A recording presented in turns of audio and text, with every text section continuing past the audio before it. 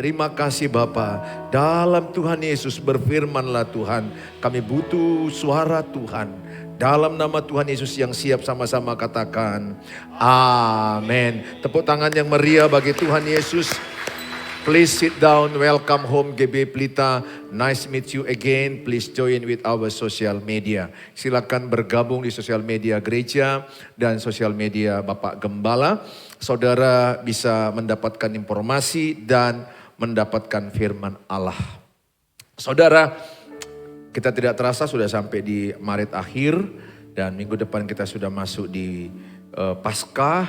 Di minggu depan kita April dan kita tanggal tanggal 6 ya kita ada acara malam Getsemani ya, malam perenungan salib. Saya ajak semua jemaat datang supaya saudara mengerti apa yang terjadi di Getsemani itu. Dan besoknya kita ibadah Jumat Agung 3 sesi. Nah saudara, hari ini kita diberkati firman Allah. Silakan duduk ya, kita langsung aja ke tema. Silakan duduk, kita akan berbicara menghadapi badai masalah. Saya berharap setiap saudara punya masalah, hadapi ya. Katakan sebelahnya, hadapi masalahmu ya. Bilang sebelahnya, hadapi masalahmu ya. Bilang sama dia, jangan lari dari masalah. Jangan lari dari masalah ya. Setiap kita punya masalah, hadapi masalahmu. Di balik masalahmu ada kebaikan Tuhan. Di balik masalahmu ada berkat Tuhan. Di balik masalahmu imanmu semakin naik.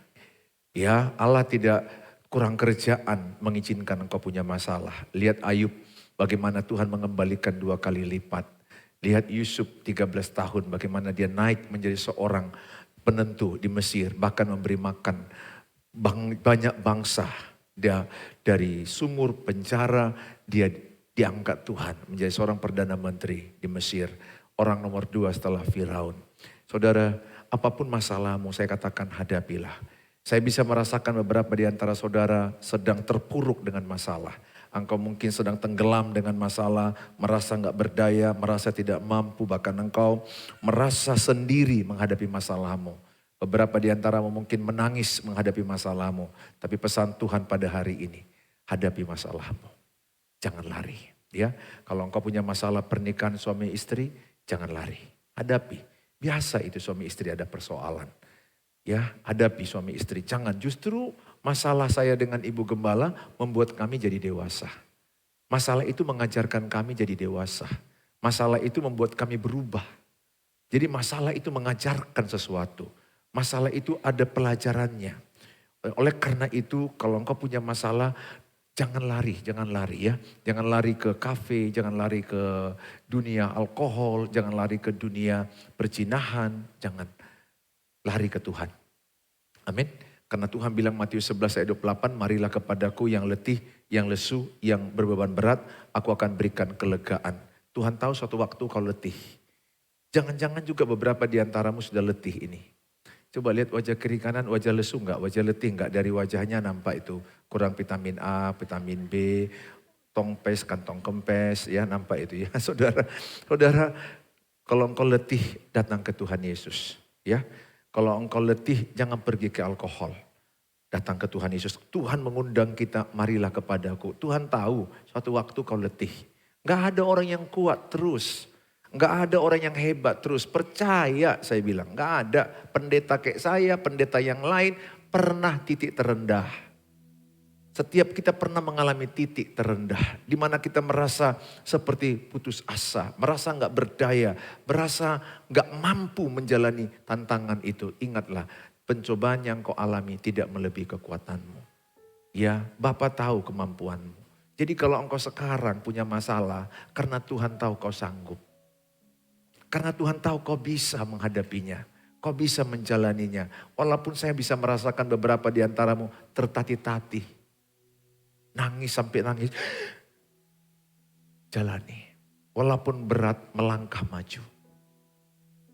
Ingat, melangkah maju. Moving forward. Jangan mundur. Ya, ingat aja lah perjuangan orang Indonesia melawan Belanda dan Jepang. Berat, tapi mereka terus berjuang dan merdeka. Engkau juga jangan mundur. Jangan merasa sendiri. Jangan merasa engkau tidak ada yang mensupport engkau. Ada Tuhan Yesus yang setia kepadamu. Amin. Dan ada Tuhan Yesus yang tidak akan pernah meninggalkan engkau. Berapa banyak yang percaya Tuhan tidak pernah meninggalkan dia sedetik pun. Tak sedetik pun kau tinggalkanku.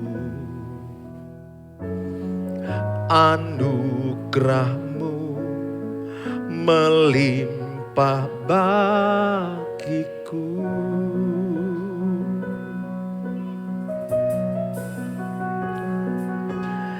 Takkan berakhir kasih setiamu. Sungguh ku kagum akan pribadimu.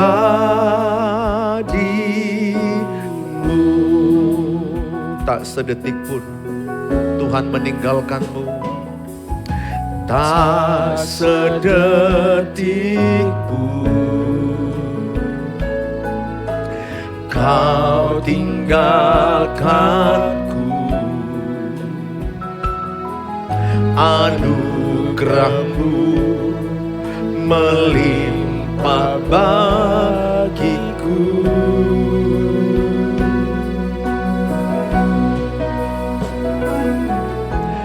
Takkan berakhir kasih setiamu.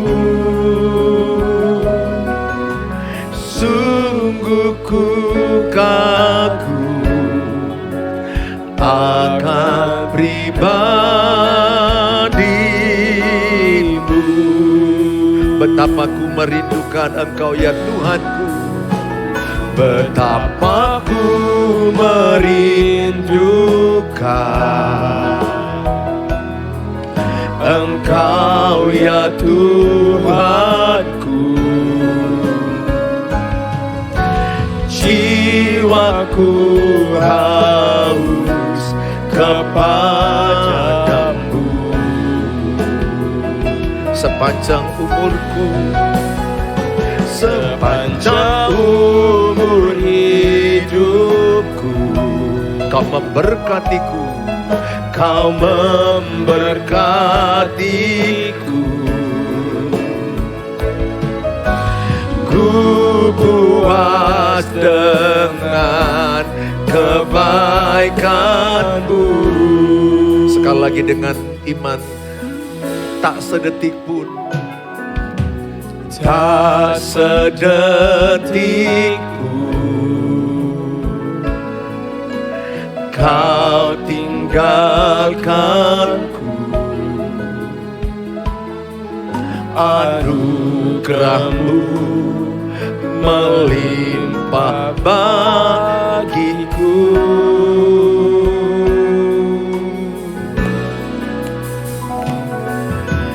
Takkan berakhir kasih setiamu, kasih setiamu. Sungguh ku kagum akan pribadi-Mu. Mari angkat tangan kananmu sama-sama katakan. Betapa ku merindukan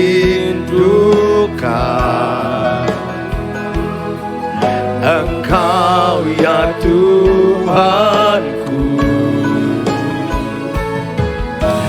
Jiwaku haus kepadamu. Sepanjang umur hidupku, sepanjang umur hidupku,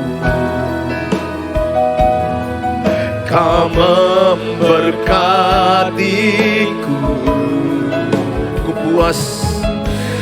Ku puas dengan kebaikan. Sekali lagi katakan, betapa ku merindukan, betapa ku merindukan dekat. Engkau ya Tuhanku, jiwaku haus kepadamu. Sepanjang umur hidupku, sepanjang umur hidupku, Kau memberkatiku, Kau memberkatiku. ku puas dengan kebaikan-Mu. Ku puas dengan kebaikan-Mu. Mari kita sama-sama belajar firman Tuhan ya.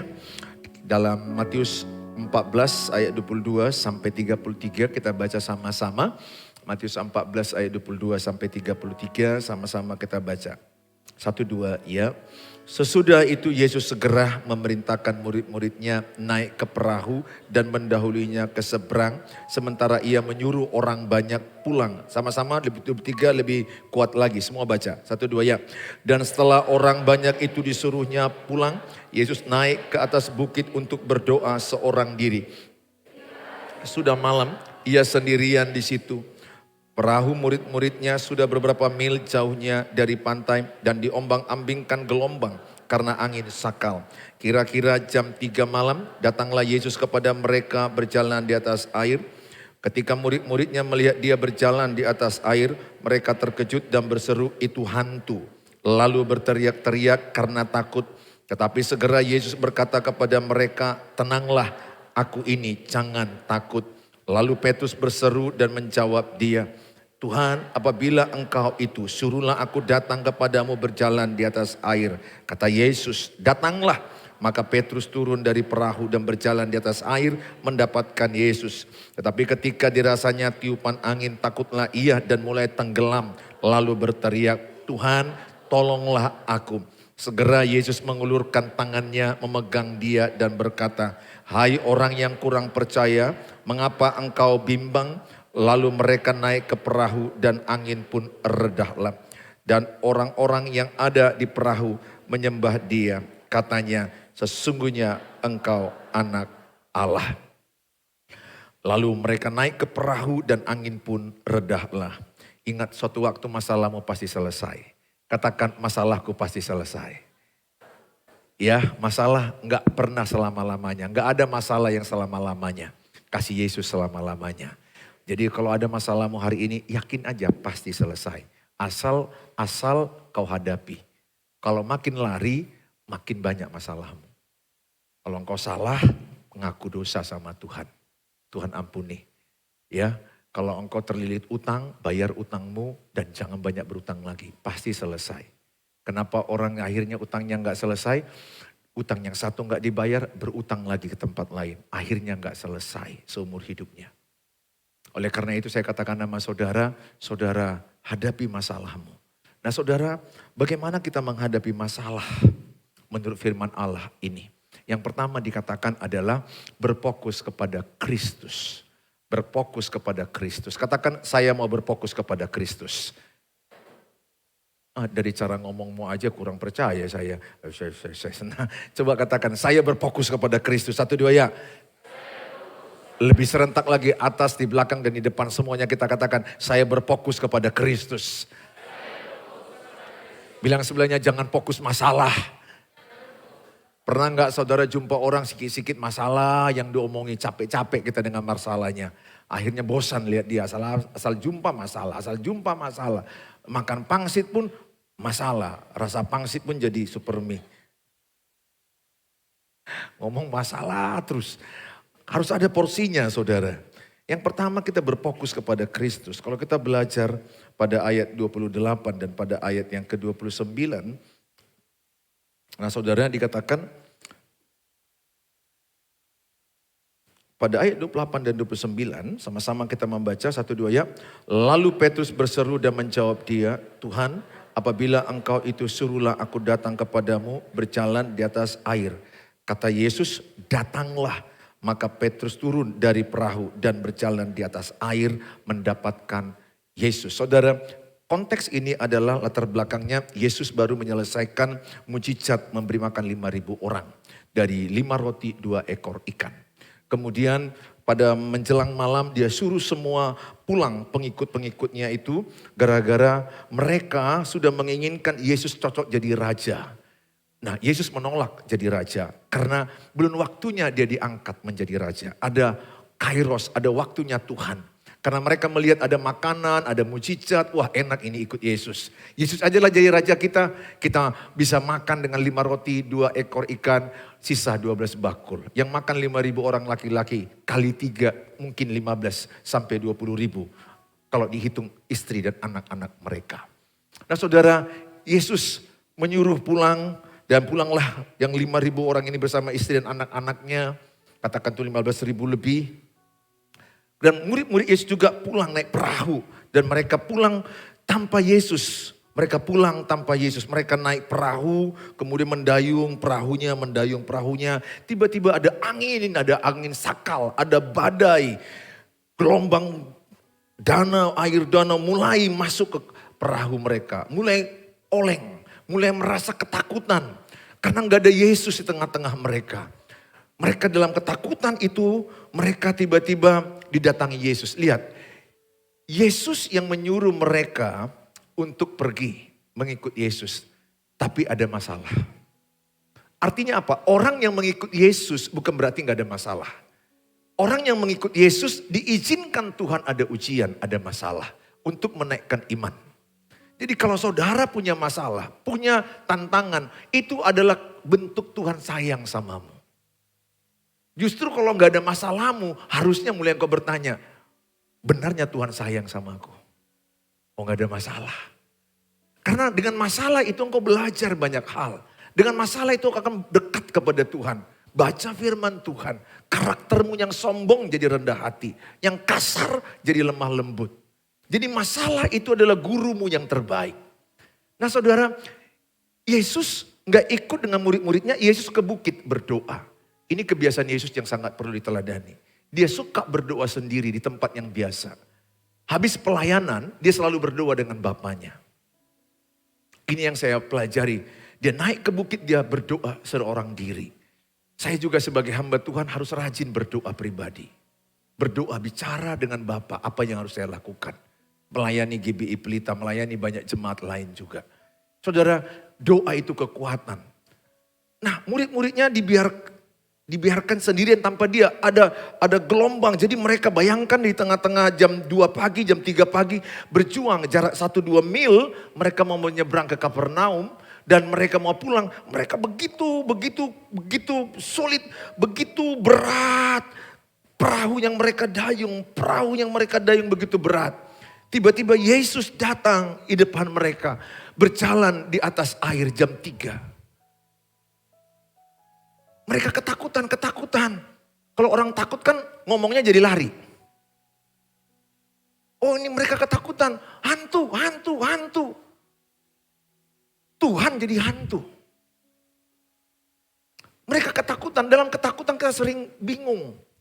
Gak tahu mau buat apa. Saya ingat mama saya sekali waktu dia kompor hok di belakang. Saya masih lihat. Saya ingat. Dan meledak kompor hok. Api menjalar ke atas. Mama saya lagi mandi itu.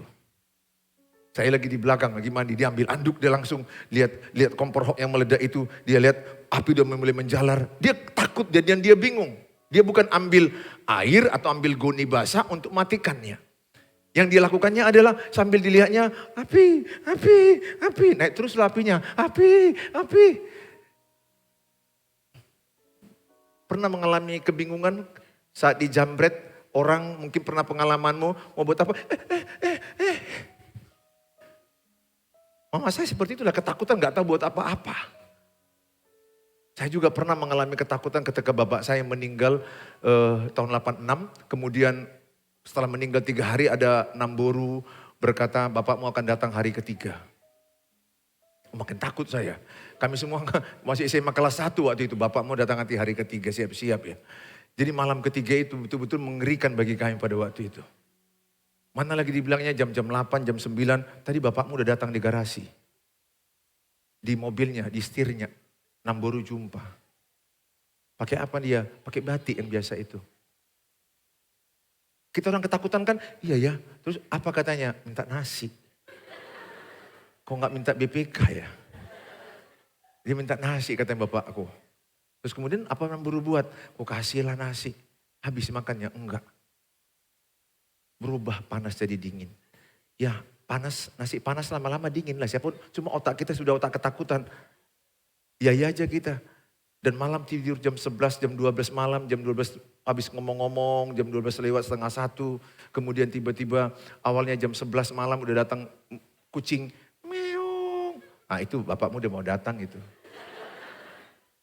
Padahal si meongnya sakit perut. Anak saya rubah. Kalau anak saya melihat anjing kung, itu kenapa Pak? Sakit perut. Jangan bilang ada bego. Nah saudara, kemudian akhirnya jam 00.30 tidurlah, posisi tidur kan tikar.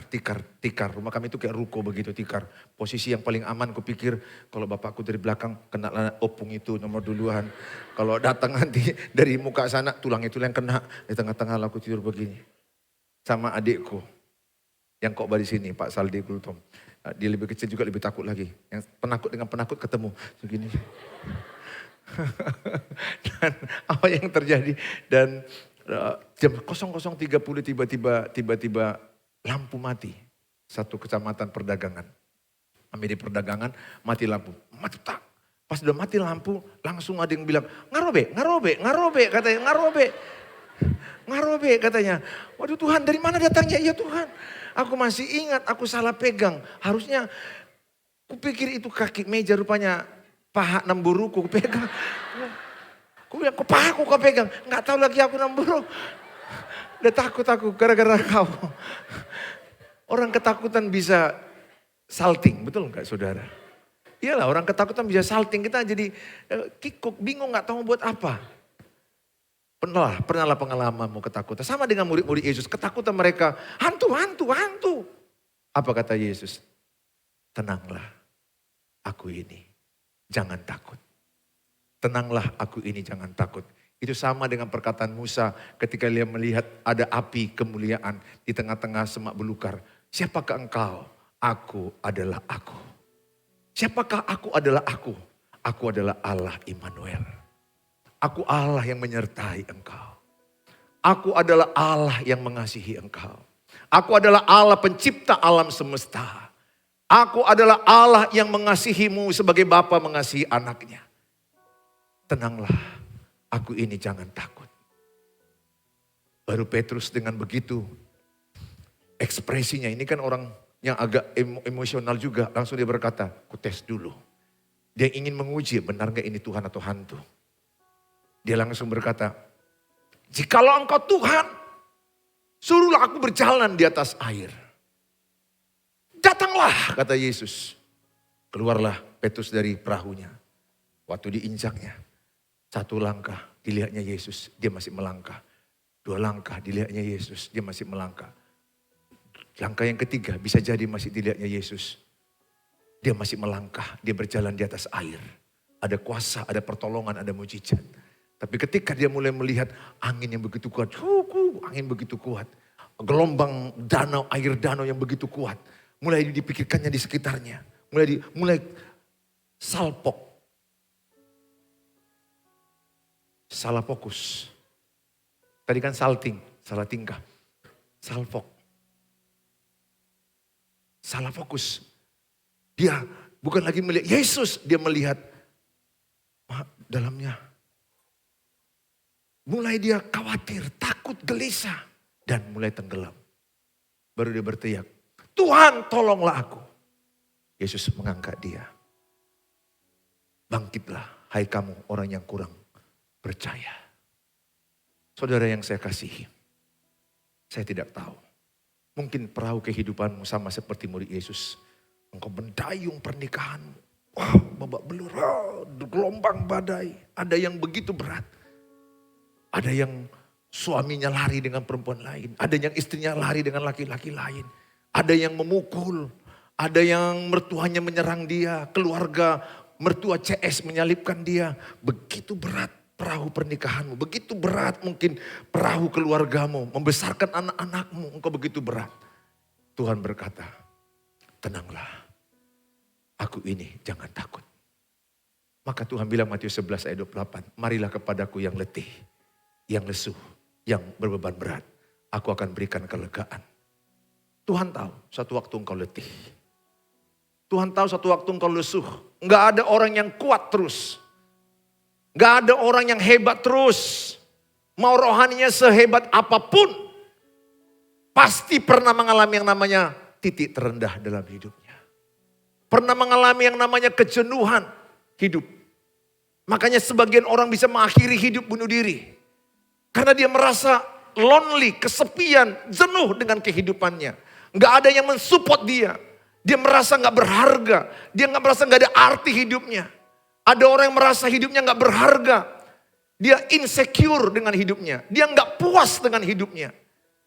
Dia merasa banyak kekurangan dalam hidupnya. Dia merasa orang lain yang lebih baik dari dirinya. Dia merasa orang lain yang lebih bagus daripada dirinya. Sehingga dia merasa insecure. Kemana-mana dia minder. Kemana-mana dia nggak pede. Kemana-mana dia menjadi orang nggak nyaman. Kalau engkau bersama Yesus, saya percaya. Rasa insecure akan berubah jadi secure. Rasa tidak nyamanmu engkau akan nyaman. Di dalam Yesus engkau akan nyaman. Karena engkau diterima apa adanya. Karena engkau berharga bukan karena penampilanmu. Engkau berharga bukan karena apa kata orang. Engkau berharga bukan karena hartamu. Engkau berharga bukan karena apa pencapaianmu. Tapi engkau berharga karena engkau adalah anak Tuhan yang dikasihinya. Sehingga kalau engkau dalam Yesus, engkau gak sibuk lagi memikirkan pendapat orang. Engkau gak sibuk lagi memikirkan penilaian orang. Engkau gak sibuk lagi memikirkan penampilanmu bagaimana menurut orang. Gak salah engkau menjaga penampilanmu bagus sama orang lain atau di tempat lain. Tapi engkau tidak lagi berpusat berharga karena menurut pendapat orang. Karena engkau sudah berharga, engkau ditebus oleh darah Yesus. Oleh karena itu saya mengajak sama saudara, jangan salah fokus. Bilang sebelahnya jangan salpok. Mana tadi punya saya. Supaya saudara memahami perbedaan orang-orang yang hidupnya berfokus kepada Kristus dengan orang yang berfokus kepada masalah. Orang yang berfokus kepada masalah, ciri-cirinya gampang kau lihat. Kemana-mana selalu ngomong masalah. Inilah orang yang berfokus masalah. Dan engkau capek menemani orang seperti ini. Sekaligus kasihan. Dia gak menikmati hidupnya. Kemana-mana dia akan cerita, masalahku begini. Masalah mertuaku, masalah keuangan kami gak ada. Anakku sakit-sakit. Keadaan pernikahan kami pun, suami pun hancur-hancuran. Mukul aku, berkhianat. Terus kemana-mana selalu masalah yang dikuasai dia. Masalah yang di otaknya, masalah yang di pikirannya, dan masalah yang diucapkannya. Pernah kau jumpa orang seperti ini? Asal ketemu dia ngomong masalah. Kenapa? Karena dia fokus kepada masalah. Ingat, kalau engkau fokus masalah, masalahmu bertambah besar. Lihat hukum fokus, ketika engkau pakai kaca pembesar, maka matahari dengan kaca pembesar make ke arah kertas, kertasnya bisa menyala. Maka masalahmu pun kalau terus kau pikirkan, terus kau renungkan. Dan engkau seperti tadi Petrus beralih kepada badai, beralih kepada ombak, maka dia tenggelam. Maka kalau engkau fokus kepada masalah, hidupmu akan tenggelam. Hidupmu akan kalah. Jangan berfokus kepada masalah. Jangan perkatakan keadaanmu. Perkatakanlah apa yang kau harapkan. Jangan perkatakan situasi hidupmu. Perkatakanlah apa yang kau inginkan. Perkatakanlah imanmu. Maka orang yang berfokus kepada Kristus, dia akan memperkatakan, Tuhanku lebih besar daripada masalahku. Sama seperti, ya tepuk tangan bagi Yesus, sama seperti Daud berkata kepada Goliat. Goliat yang besar, Daud yang kecil. 1 Samuel 17 ayat 45. 1 Samuel 17 ayat 45. Coba dilihat. Maka dikatakan oleh Daud, engkau datang membawa pedang, tombak, lembing. Tapi aku datang membawa nama Tuhan Allah Israel. Dan dia menang dengan satu batu yang kecil yang dari sungai. Dia lemparkan kepada Goliat dan Goliat tenggelam. Dan Goliat mati. Dan Daud mengalami kemenangan. Kenapa? Daud berfokus kepada Tuhan. Ingat, 1 Yohanes 4 ayat 4. Roh Allah yang ada padamu lebih besar daripada roh dunia ini. Tuhan yang ada padamu, pencipta alam semesta, lebih besar daripada masalahmu. Katakan, Tuhanku lebih besar daripada masalahku. Katakan, bersama Tuhan aku bisa melewati. Percayakah engkau bahwa engkau memiliki Tuhan yang besar? Berapa banyak yang percaya engkau memiliki Tuhan yang besar? Aku punya Tuhan yang besar, yang telah berjanji dan sanggup imanku bersepakat percaya kuasanya, ku terima sekarang kemenangan darimu. Aku punya Tuhan yang besar. Aku punya Tuhan yang besar, yang telah berjanji dan sanggup menggenapi imanku, bersepakat percaya kuasanya, ku terima sekarang. Sekali lagi katakan, aku punya Tuhan yang besar. Aku punya Tuhan yang besar, yang telah berjanji dan sanggup menggenapi imanku, bersepakat percaya kuasanya, ku terima sekarang kemenangan darimu. Katakan, aku punya Tuhan yang besar. Wah, kalau engkau bangga harusnya suaramu lebih kuat. Katakan, aku punya Tuhan yang besar. Lebih kuat lagi katakan, Tuhanku lebih besar dari masalahku. Nah, sekarang saya tanya, engkau yang mana? Engkau akan lebih suka membicarakan masalah atau Kristus? Siapa yang akan lebih suka membicarakan Kristus? Wow, tentunya ya saya sangat senang. Kalau engkau seperti itu, engkau pasti menang. Karena bersama Tuhan engkau pasti menang. Karena Roma 8 ayat 37 berkata, engkau umat lebih daripada pemenang. Jadi kalau engkau bersama Tuhan dan engkau tetap berdoa sama seperti Musa angkat tangan, maka Israel menang di lembah. Tapi kalau engkau tidak berdoa, engkau akan kalah. Bagi saya, seberat apapun masalahmu, kalau engkau masih berdoa, engkau pasti menang. Tapi yang kusayangkan banyak orang kemana-mana, masalahnya aja ceritakan. Akhirnya mengasihani diri sendiri. Victim mentality. Mental mengasihani diri. Aku susah kali ya. Ekonomi kita lagi tahun 2023 ini katanya bangkrut di mana-mana. Kayaknya kita udah mau bangkrut ini. Padahal dia baik-baik aja keadaan dia. Dia tapi mengundang aura bangkrut. Lihat aja muka aku makin keriput. Udah mau bangkrut. Jangan undang aura-aura negatif. Ingat, kuasa perkataan. Jangan katakan, lihatlah ekonomi makin lemah di mana-mana. Pekerjaan juga habis di mana-mana. PHK di mana-mana. Bank tutup di mana-mana. Di mana-mana orang lihat. Kenapa? Karena kau terus melihat kesusahan, maka kau ikut-ikut susah. Ingat, anak Tuhan itu, dia adalah orang yang memiliki mental cerdik. Ada orang mental kecil. Mental kecil itu menunggu momentum. Orang mental besar, dia menciptakan momentum. Dia menciptakan kesempatan. Orang kecil, dia menunggu kesempatan.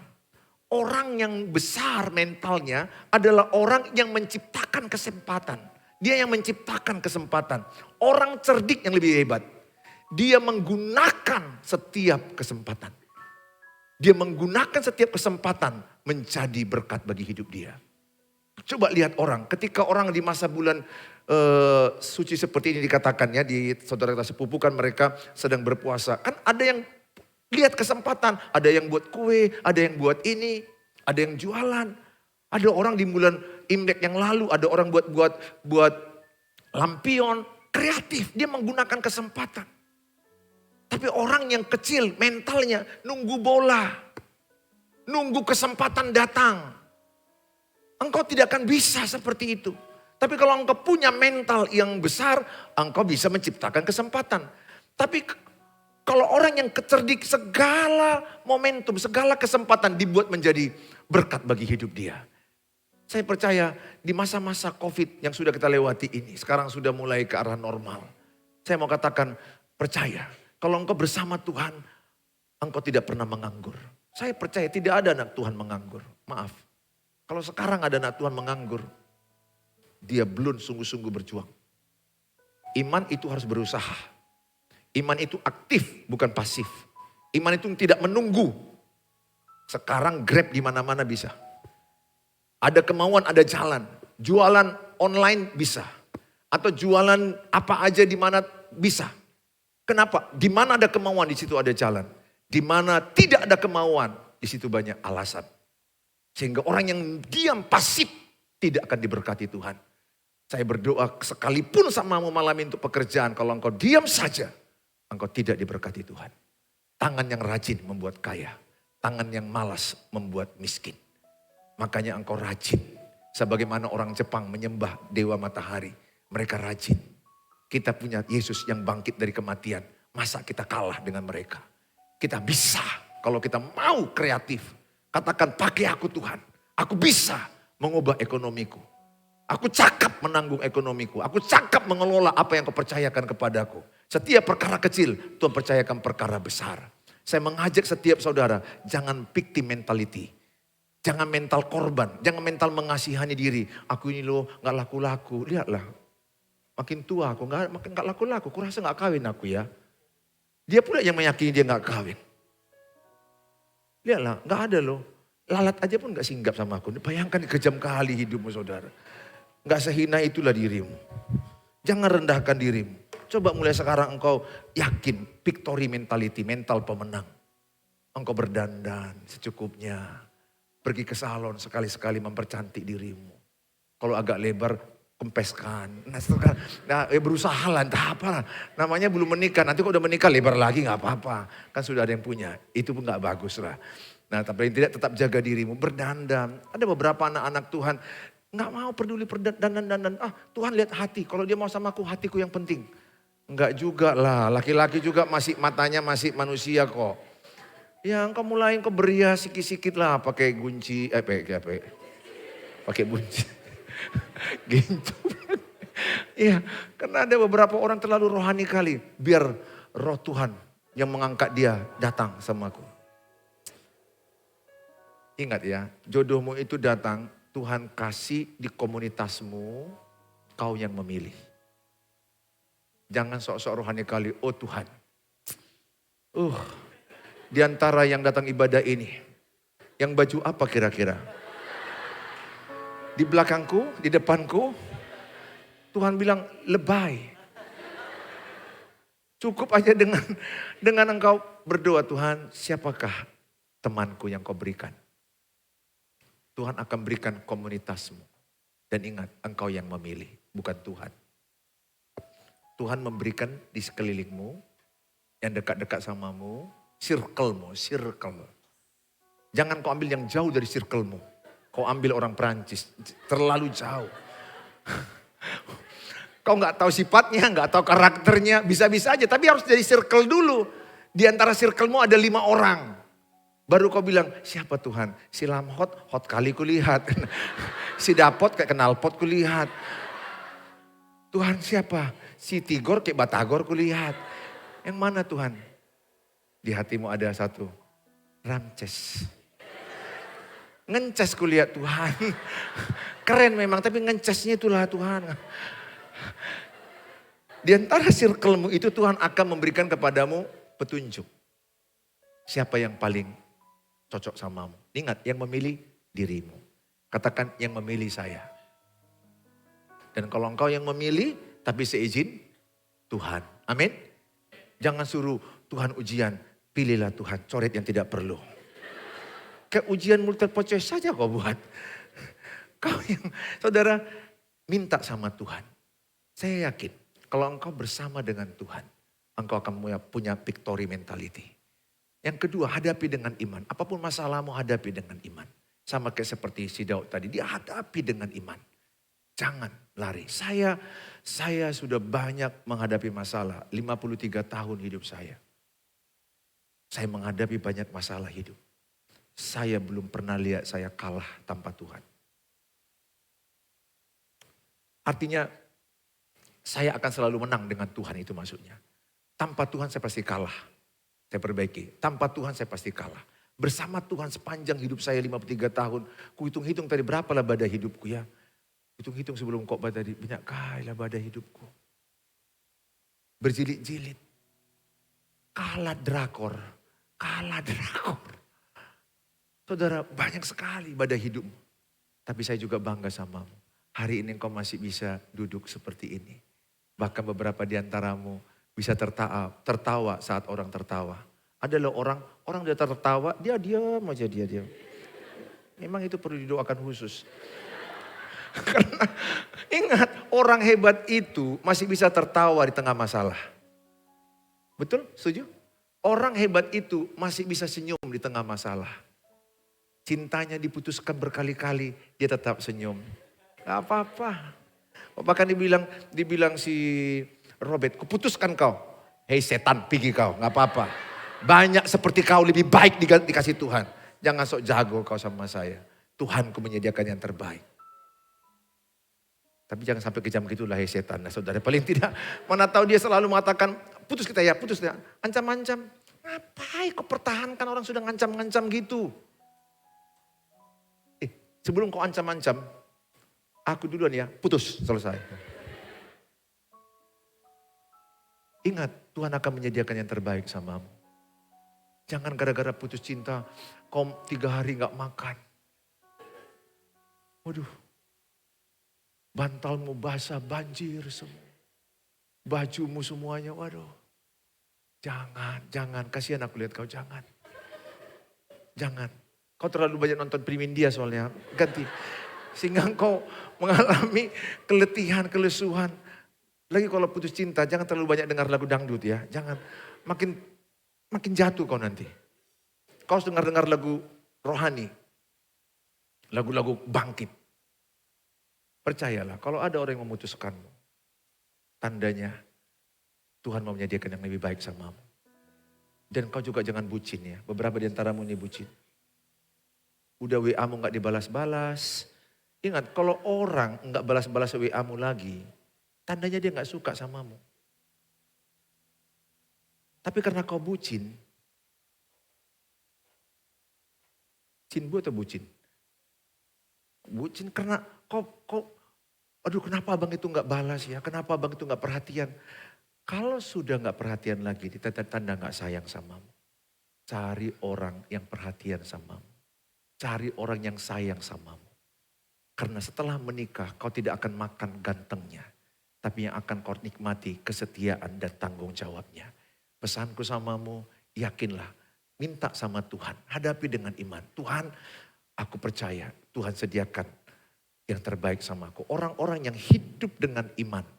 Hidup berfokus Kristus selalu memperkatakan imannya. Dalam Korintus katakan orang beriman memperkatakan imannya. Usahaku diberkati. Anakku diberkati, pasangan hidupku sedang on the way. Tuhan sedang mengantar dia. Hanya sesaat dia mungkin salah labuhannya. Pelabuhannya segera berlabuh di hati yang sudah Tuhan siapkan. Percaya saya katakan, orang yang beriman terus engkau memperkatakan kebaikan. Memperkatakan firman, memperkatakan iman. Usahaku ini laku, anakku diberkati. Pernikahan kami semakin romantis. Keluarga semakin harmonis. Aku semakin sehat. Apa yang dikerjakan tanganku berhasil. Apa yang ku lakukan diberkati Tuhan. Karena diberkatilah orang yang mengandalkan Tuhan. Diberkatilah orang yang berserah kepada Tuhan. Kalau engkau terus memperkatakan imanmu, maka aura kesuksesan itu akan terjadi padamu. Kenapa? Tuhan akan memberkati engkau dengan imanmu. Hadapi masalahmu dengan iman, Jangan lari daripada masalahmu. Sekali lagi, jangan memperkatakan masalahmu terus menerus. Sesekali boleh situasimu, tapi jangan kau besar-besarkan. Sembah Tuhan dan lakukan yang terbaik. Tepuk tangan bagi Tuhan Yesus.